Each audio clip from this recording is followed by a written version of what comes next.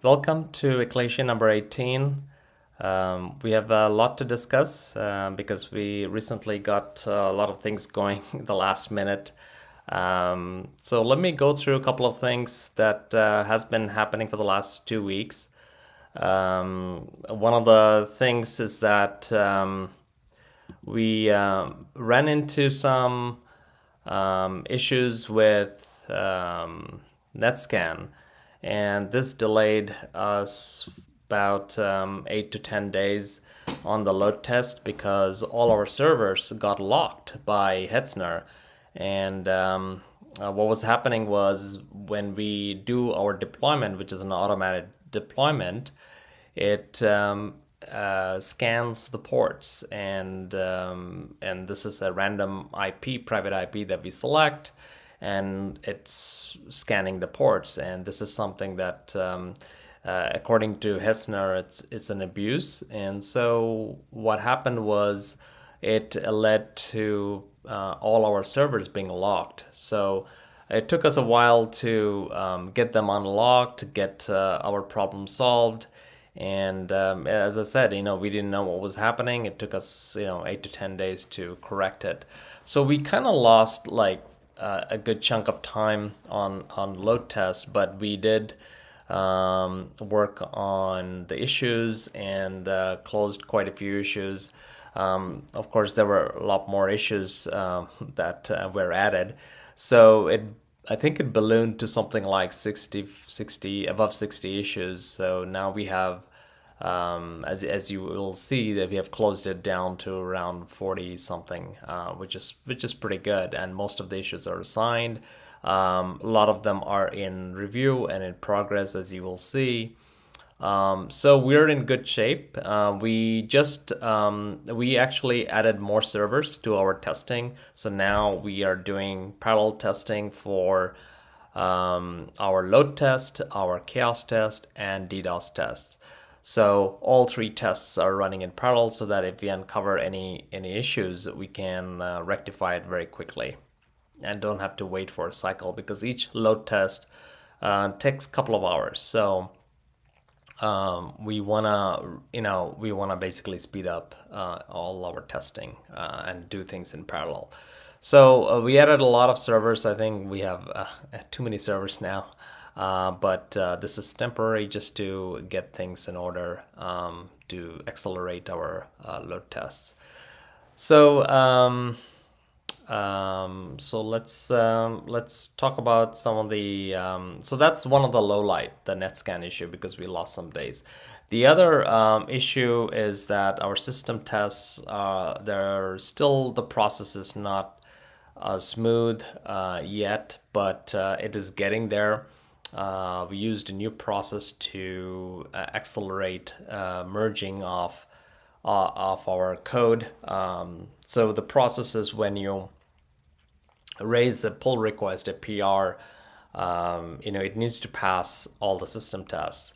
And what we have done is basically kind of decoupled some tests that needs some merges that needs everything versus localized merges, like for instance a zero chain repo or a Go SDK repo, where it's a small fix but it doesn't need all the tests, and that way the tests can run faster. So this process, we have used it this week, and it's bearing very good results. It's certainly faster, and hopefully we'll continue to do that for the next next few weeks as we close all these issues. So that's one of those lowlights. The highlights I want to talk about is we're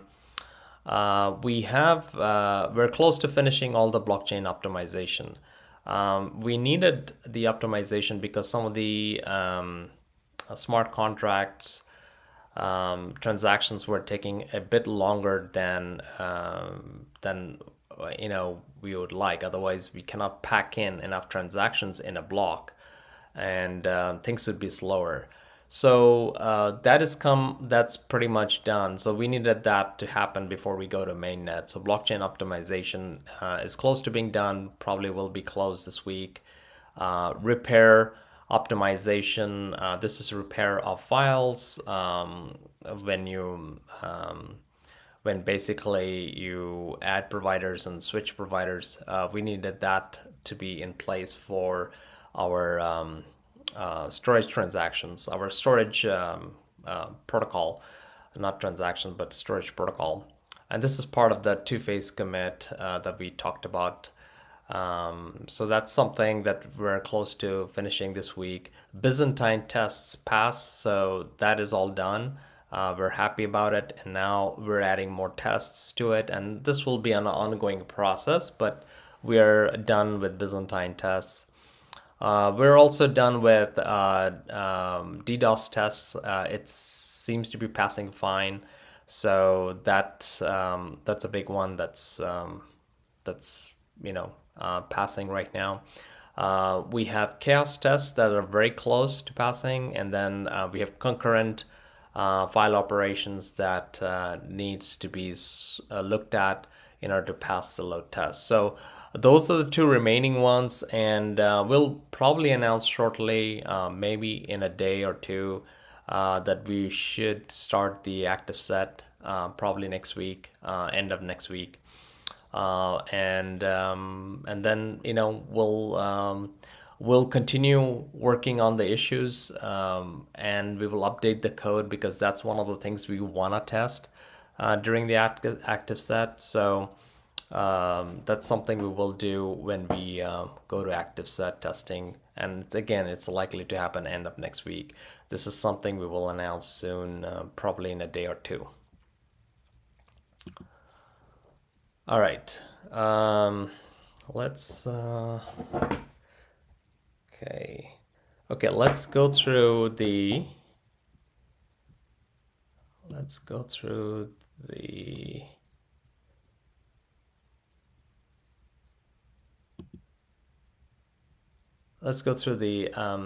the issues. Let me browser. Okay, here are the issues. So as you can see, most of it are in progress or in review. So if I, oops.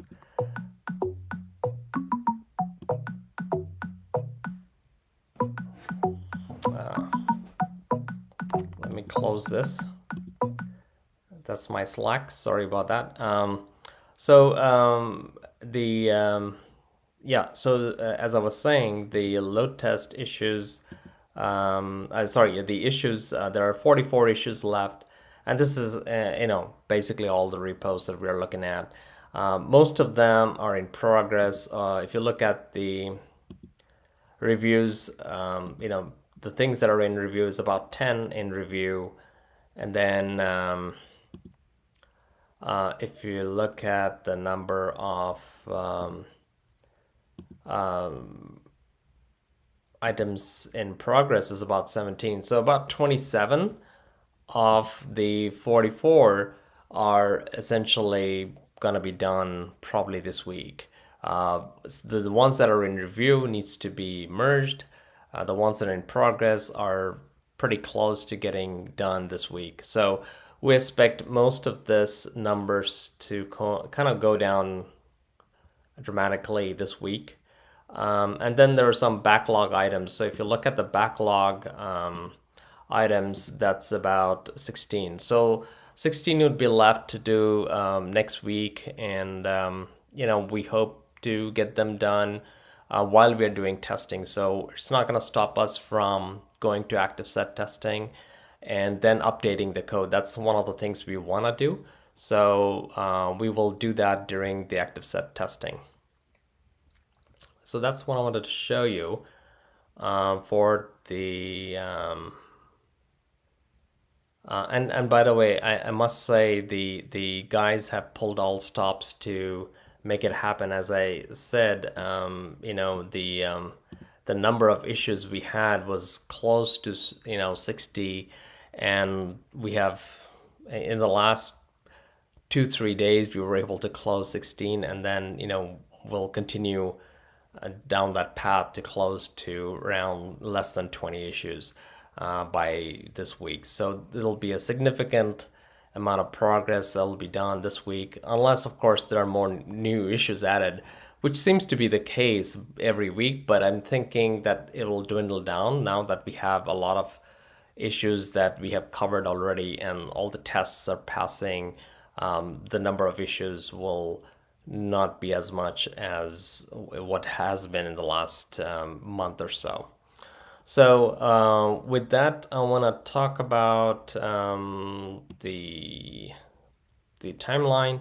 So if you look at the timeline, if you look at some of the stuff that we have done, I've crossed out the ones that we have already done. As I said, there are 44 issues left today. So we'll see if we can get the number down to like 20 issues on July 6th. That's will be our target.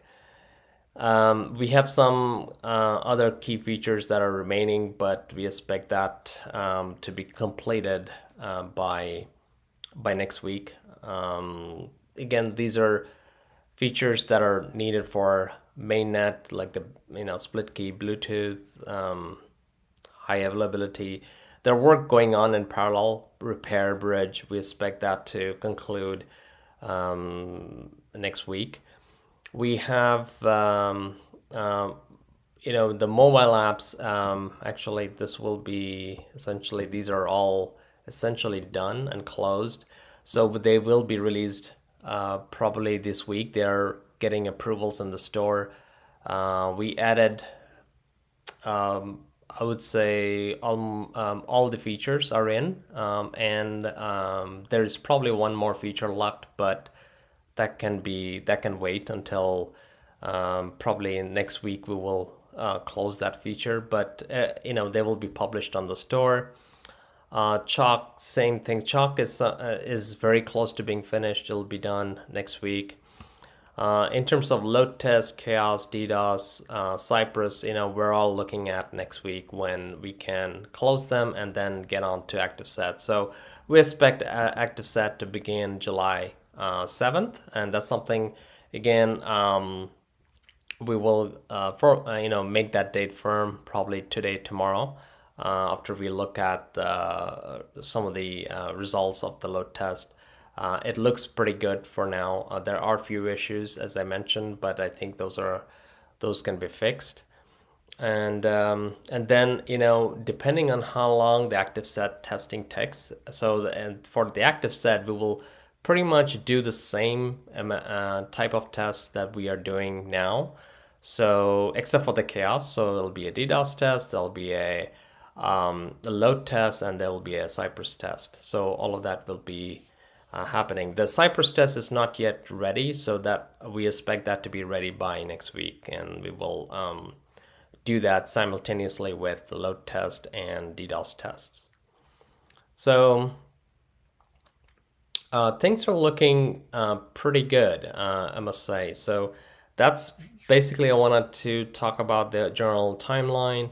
Now, what I want to show you before I go to the questions is a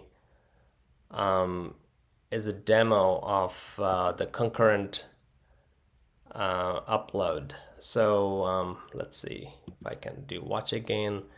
So this is something, as you can see, we're uploading 24 videos, and it gets uploaded pretty fast. And this is concurrently. So this is actually faster than Google Drive and Dropbox. So you can try it out with our Vault app. Okay. All right. So I think we will now move on to the AMA questions. All right. So let's get on with the AMA questions. Where are we with ActiveSet? Are there issues that are stopping activation, and how many left, if there are? Apps, load test results, progress timeline, maybe. Can we expect developers to be involved in the first phase of mainnet rolling? I think I just went through the I didn't see this question, so I just went through the timeline. I think we're saying July 7th. Hopefully we get ready by July 14th. then we determine when we can launch mainnet. So that's kind of the highlight. It will involve the blobbers. So it will involve blobbers in the first phase of mainnet. Absolutely. Because, you know, excuse me, we are at, our main tagline is a decentralized storage that is not just as good but better than traditional storage in terms of performance, in terms of security, in terms of in terms of being able to provide the ability to switch providers, in terms of adding redundancy on the fly, and privacy. So we are the next gen storage. It's not about decentralization. It's not about distributed storage, which we are, by the way. And it's not about censorship. It's not about having data control, but it's all of that in all of those aspects. And so storage is a big part, and that's why we need the storage aspect to be running once we launch mainnet. And by the way, we were doing everything in parallel. It's not like one one was delaying the other, because we have a lot of, in fact, I would say we have a lot of talent on our team. It's just that we're fortunate that we were able to have a lot of talent on our team that can work on, so they're basically working on different stuff. It's not just one aspect they're working on. In terms of how many issues there are left, I think I pointed out there are 44 issues, but except for the 16 that are in the backlog, all are being either in review or in progress. So we expect most of them to be done by next week when we start active set. All right, so second question, why develop the concurrent processing protocol at this time? Has this feature delayed mainnet? Why not focus on launching first? So there are two things. Well, first of all, concurrent processing protocol is part of two-phase commit, which we talked about in April. We started in April, and essentially we're done now incorporating it in all the apps. And the benefit of the two-phase commit is that you can do concurrent processing. It's a very robust protocol. So we developed this protocol to make sure our storage function is very robust. It wasn't about speed at that time, but the benefit of that is we have speed as a result of concurrent processing, which doesn't, if you look at some of the other apps, or some of the cloud like Dropbox or Google Drive, they don't have it. So it gives us an edge in terms of competition, and it hasn't delayed mainnet because the blockchain part was also, if you recall, in April, we were working on MPT, and now Peter's working on optimization, blockchain optimization, which we needed to do anyway. And if you look at zero chain repo, there's a lot of stuff that's regarding all blockchain related stuff. And all the issues, most of the issues in zero chain are blockchain related.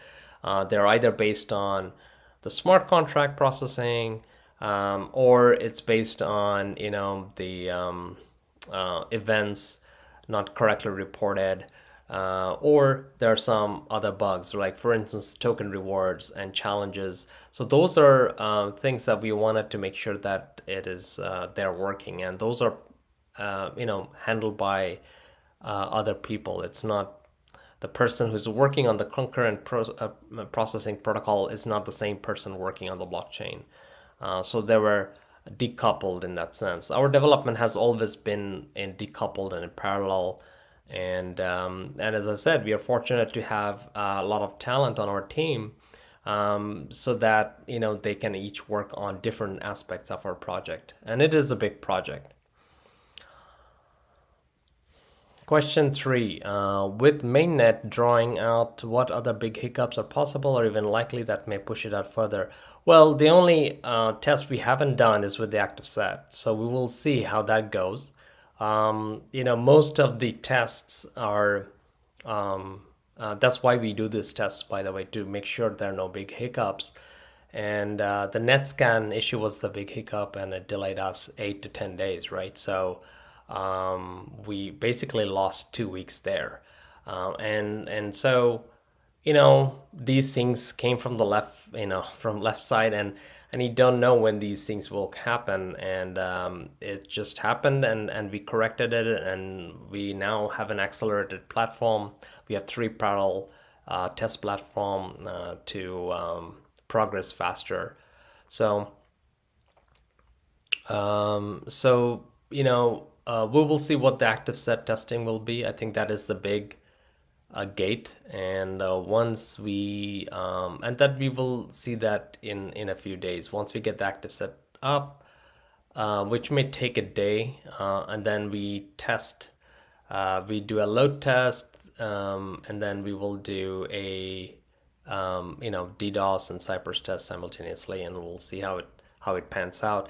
We may do a kind of a poor man's chaos test by putting some servers down, but that's something we can potentially do to see what the result is, if it is similar to what we are seeing in our internal tests. So in terms of big hiccups, I would say the active set will tell us a little bit more about where we are. Once we pass active set testing, then the only thing remaining is how do we deploy the mainnet. We have a plan, mainnet deployment plan, and we're already incorporating that. One of the big part of it is the bridge, the token bridge protocol that we need to implement on Ethereum mainnet, as well as obviously on our mainnet to make sure that is working. So that will be some of the things that we need to just work out. It's more logistics that we need to work out. Okay, last question. Given that ActiveSet will likely have issues, why not bring it up and load test on it? So that's what we're gonna do. I mean, there was no point bringing up ActiveSet early, because if we don't pass our internal load test, there's no point in doing the ActiveSet load test, because it's gonna yield the same result. Computers are not different. I would say the load test that we're doing internally is with less resources. So it's gonna tell us when even you don't have good resources, you will yield basically the worst results. So we're doing it under constrained resources. We expect the active set to not have issues. The only thing I can think for the active set is that we may have some issues based on timing, because all the servers are in different places. So we'll see how that works out, but we may have to tweak some configuration. All right. Okay.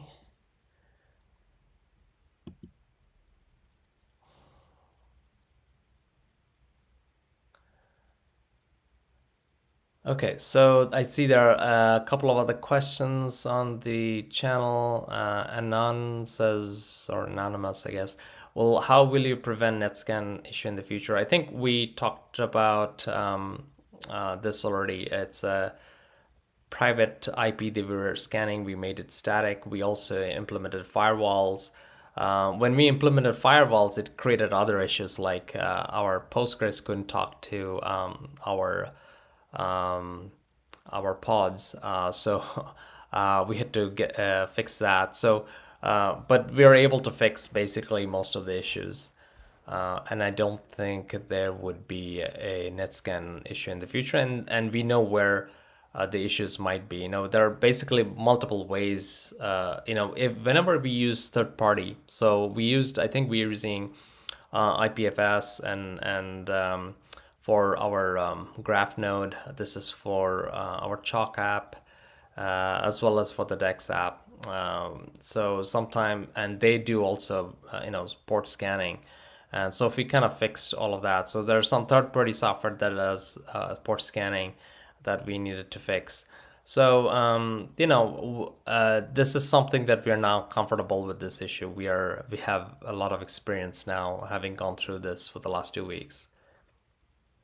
The other question is, will take more than a day to get AS back up?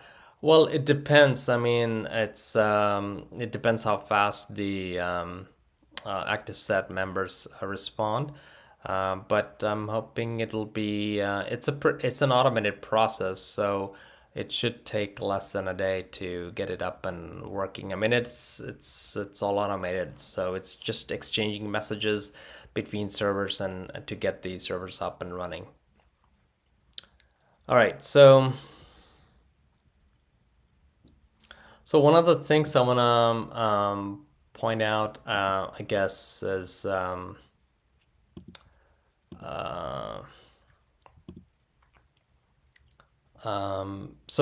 just to kind of let me see.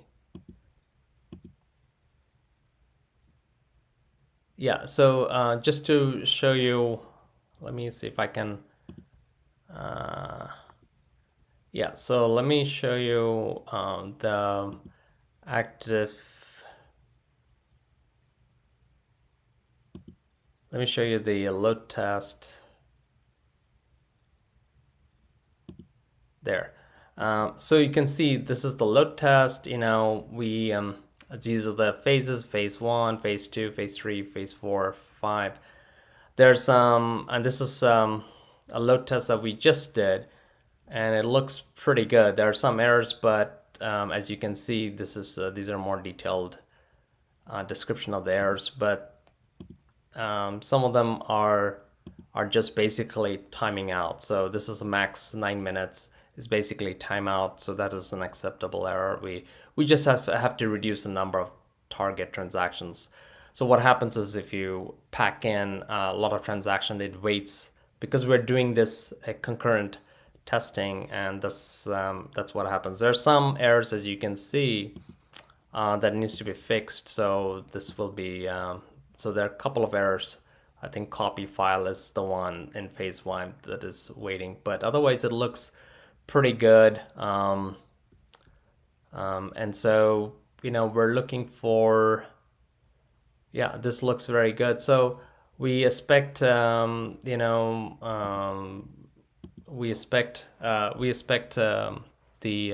chaos and DDoS test to be somewhat similar, and then we can basically do the active set testing. All right, so just to summarize, we're pretty much in good shape. I think we're in the home stretch right now. I've been waiting for this time for a long time, so I'm hoping that when we do our MA in 2 weeks, we will be able to show some results, hopefully from the active set, and then we can determine when we can go to mainnet. So that's something I'm looking forward to. I think I can see the light at the end of the tunnel, and our products will be hopefully released on the store. This is the mobile and the desktop, so that you guys can try it out and see for yourself. And one of the things I want to have you guys test is, how is it compared to Dropbox or Google Drive. If we are comparable or better, that'll be a good indication from your end, because everybody's bandwidth connection is a little bit different, and user experience will be a little bit different. So we want to make sure that we get the best performance and user experience from your point of view. We're very excited about all the apps. I think we are clearly differentiated, and what we're doing is very useful. So I think we'll be the only crypto that is really gonna transcend the two markets, the traditional market and the crypto market, and have an application that's actually beneficial to the traditional space. So I'm pretty excited about it, and I'm getting good response from some of the partners and customers we're contacting and talking about our technology that they want to work with us in using our storage platform. So we want to, we don't want to have a mainnet that's not useful. So we want to have a mainnet that's like useful from the start. So that's our intent, and we want to make sure it's robust and performant when we go to mainnets, and that's the entire goal all along. And the development that we have done is in parallel, so there wasn't any time we thought that one was ahead of the other.